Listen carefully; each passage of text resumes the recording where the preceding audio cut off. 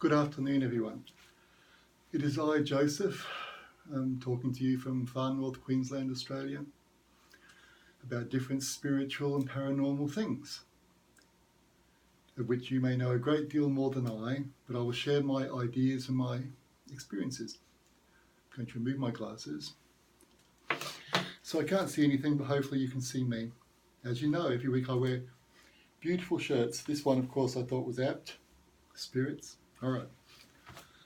Let's get on with it. Today I'd like to talk to you about healing. I myself have had some interesting experiences. Many of you out there are healers, and I'm sure you've had interesting things too. I'll tell you a few of my experiences, and you can see what you can deduce from them.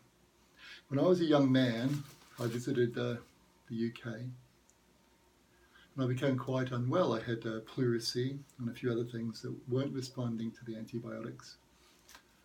I was really quite unwell. Now, my girlfriend at the time knew of a man, a healer, and she said, "Why don't you go and see him?" And I thought, why not? So I go and see this man with her, and he looks like a shonky used car salesman, of course. And I sit down in the room, and he stands behind me. Then I feel his hands on my head. And then after about a minute, he said, "I'll touch you now." He hadn't touched me. As soon as he touched me, I felt an electric shock, and I felt like someone had kicked me in the chest, and I coughed. And that was it. That was the end of it. Which impressed me greatly. So I spent some time, probably a year or two, conversing with that man and learning from him. I learned some interesting things. Also, he was very much like a shonky used car salesman. Just because you have a gift doesn't mean you're a decent person. And also, just because somebody can do something remarkable doesn't mean you should have all your faith in them. I also, later on, my first wife and I, we met this lady. What was her name? She was in Brighton, in England. She was very interesting. She was a criminal person. An unlovely lady who loved girls, and they loved her. These women adored her.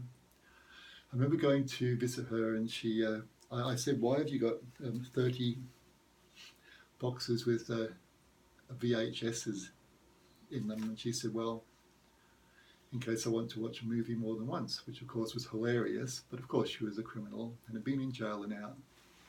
Clara, that was her name. And she has this remarkable gift. And I don't know what it was. I think it was just a headache or something or some injury. And she held her hands over the place, and it felt like it was on fire. It was so intense, it was painful. And of course, it got better. And I said, "What is this all about?" And she said, "I'm not sure, but I've always been able to do it." She had no real idea. It was just a gift she had and things she could do. In recent years, when was it? 2003 in South Australia, the Clare Valley, I met a wonderful healer who became my friend, and I promised not to mention her name, Trish Maynard. And I saw some extraordinary things with her. I remember once we had a sort of like a class, and people came along, and it was in the back of my shop. We had a big room, and they would sit around the sides, and they would observe. And Trish had someone there who wasn't well, and she was doing her thing, and you could feel the energy, of course. And these ignorant sons of bitches around the side were just laughing and talking among themselves. And I could see Trish getting irritated, and she looked up, and it felt like a blast of hot air hit me and everybody else. The people around the walls jumped, absolutely startled, and left soon afterwards. Trish is yet another one of those people that makes me a bit nervous. She has a remarkable gift. Look her up. She's still in South Australia, and I just wish that the world had the opportunity to see more of her and what she could do. Now, several things I myself have done. Healing is part of what I do. I don't really consider myself a great healer, and I'm not sure it even works like that. I think within us as a species, there are things that can heal ourselves. Like hypnosis can help people too, or a change in their feelings about things and their opinions about the world. We've all seen it, I'm sure. And also how people can get sick and get very, very sick when they lose hope or when a loved one dies. So human beings are very complex. But some of us, people who consider ourselves healers, we seem able to trigger this within people. Sometimes it's quite remarkable. Sometimes it's just good. An ordinary everyday thing. Now, I seem to be able to stop pain. If someone has a headache, I usually stop that. I've helped people dying of cancer. And the way I do it, it's not so much stopping the pain, it's picturing the pain being something different, a different sensation. Probably still a bit annoying, but it's not pain anymore. And that seems to work quite well. But when I had my shop in South Australia, I don't know much about crystals and such. I'm an ignorant man in that way. But I sold them in my little new agey shop, and people would come in. I remember a lady coming in one day, and she showed me her hands, and she had some sort of genetic disorder, and the skin had all come off her hands, and she had these plastic glove things on, and she had all this cream, and she'd been to the specialist, and he said he wasn't sure what they could do, and we'd wait and see. And one thing I do know is that amethyst is supposed to be very good, so I was very knowledgeable about amethyst, and said, take these amethyst. And I said, can I try my magic-y thing? And she said, well, why not? And so I did. And interestingly enough, sometimes when I do healing, I feel like an intense tingling or whatever in my hands, and people will feel it too. She felt nothing. I felt very mild tingling. I didn't see her again, but a month later I saw her, and she didn't have her gloves on, and the hands looked all sort of red and a bit inflamed. I saw her 6 months later, and her hands were completely healed. And the first thing she said to me was, the specialist said that this can happen just randomly and just, like a relapse. And I said, that is good to hear. Personally, I think I had an effect on it because of the timing, but it doesn't matter. She felt better, and her pain was gone, and her hands felt a lot better. Another case, a friend of mine was in hospital in Adelaide, and I went to visit her, and she had spinal surgery. In the bed opposite was a lady, and she was a lovely lady, and she was paralysed from the chest down. And she'd lay in bed all day reading her romance novels. Of course, when she became paralysed, the arsehole of her husband left her. So she had romance novels to comfort her. Again, I said, can I try my magic-y thing? And it might not work, disclaimer. And she said, okay. And I touched her feet, and she felt nothing. And again, it didn't feel overly impressive to me. So I come back the next week to visit my friend, and this lady, and she was actually a theatre nurse who'd had a tumour on her brain. She said, my feet hurt. And I said, I'm sorry. She said, no, it's a good thing. So we did it some more. And within a month, she was able to walk with the frame. She still died of her tumour, though I think she lasted longer than she would have.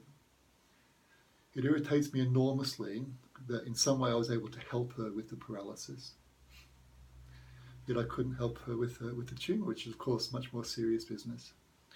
I spoke to an Indigenous healer sometimes later, and he said to me that he thinks the healing energy went to where her fear was strongest.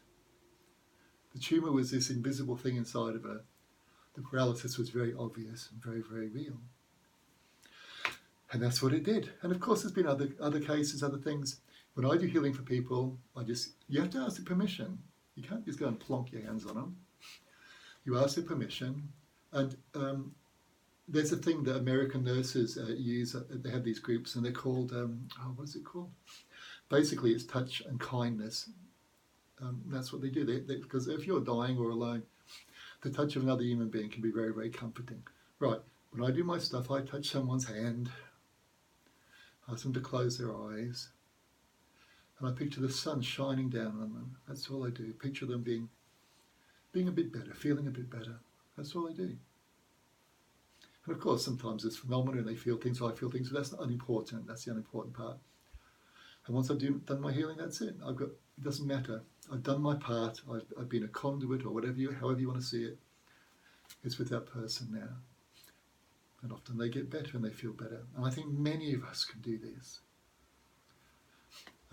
Try it. You don't know what you can do unless you try.